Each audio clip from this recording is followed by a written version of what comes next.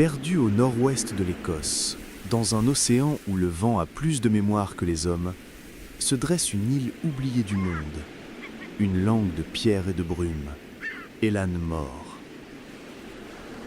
Là-bas, les vagues frappent les falaises comme des tambours anciens.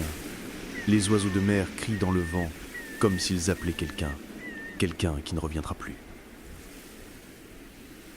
Seul un phare demeure, un gardien de lumière dressé au bord du monde.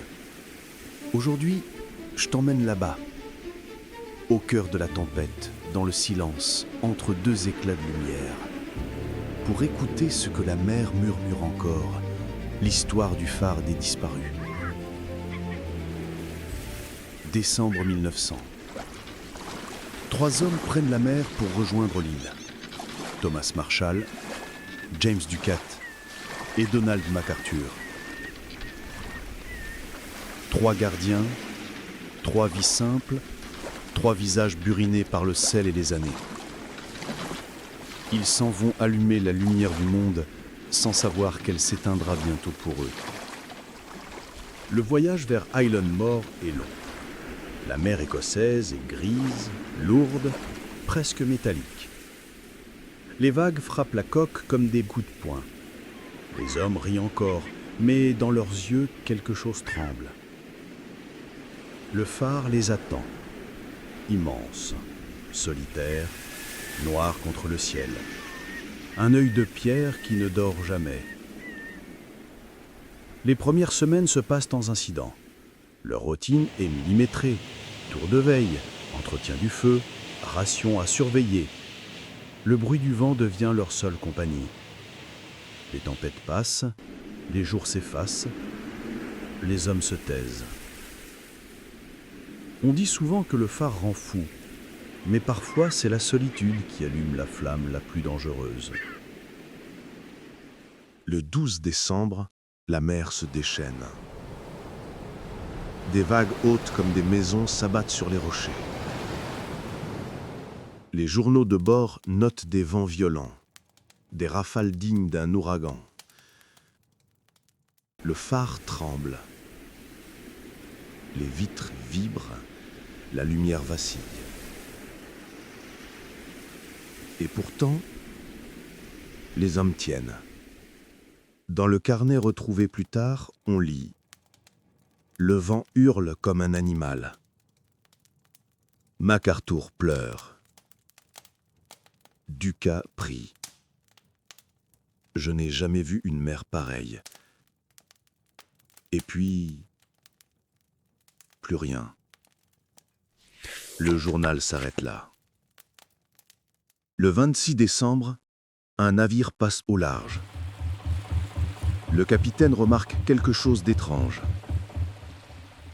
Aucune lumière au sommet du phare. Silence. Obscurité totale. Il envoie une équipe. Quand ils accostent 10 jours plus tard, l'île semble figée dans le temps. À l'intérieur, les lits sont faits, la table dressée, une soupe refroidie posée dans un bol, les horloges arrêtées à la même heure. Mais aucun gardien, pas un cri, pas une trace. Comme si les hommes s'étaient évaporés. Les théories se multiplient. Une vague gigantesque? Possible. Mais le phare, construit à 45 mètres au-dessus du niveau de la mer, en aurait porté les marques. Aucune trace d'eau. Aucune corde rompue. Certains parlent d'un combat, d'une dispute. Un homme aurait tué les 2 autres avant d'être emporté. D'autres encore évoquent des voix dans le vent, un appel venu du large, une présence invisible. Les anciens de la côte racontent autre chose. Une légende plus ancienne que le phare lui-même. On disait qu'autrefois, un dieu marin dormait sous ces falaises et que chaque siècle, il réclamait 3 âmes pour se rendormir. Peut-être n'est-ce qu'un conte, mais sur les rivages, on continue d'entendre des voix quand la tempête approche. 3 voix, portées par le vent. Des voix d'hommes appelant à l'aide. Et parfois, au loin, dans le brouillard, on jurerait voir 3 ombres marcher au bord des falaises. Aujourd'hui, le phare est automatisé. Plus personne n'y vit. Mais les pêcheurs du coin, eux, ne s'en approchent jamais. Ils disent que la lumière du phare, parfois, s'éteint sans raison. Juste le temps d'un souffle. Et quand elle se rallume, on croit apercevoir, derrière la vitre, 3 silhouettes. Certains mystères ne se racontent pas.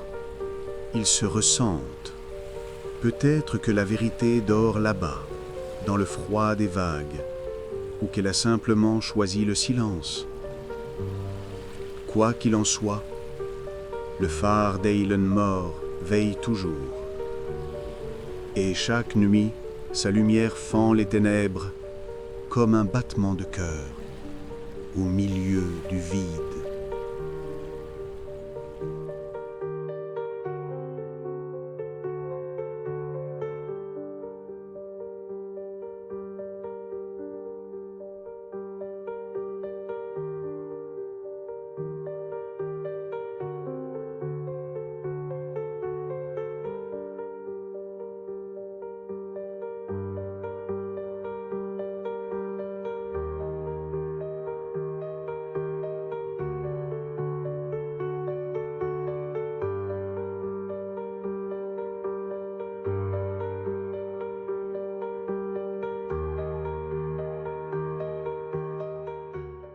Merci d'avoir écouté cette histoire. À bientôt pour une nouvelle traversée, une autre chronique de l'inexplicable.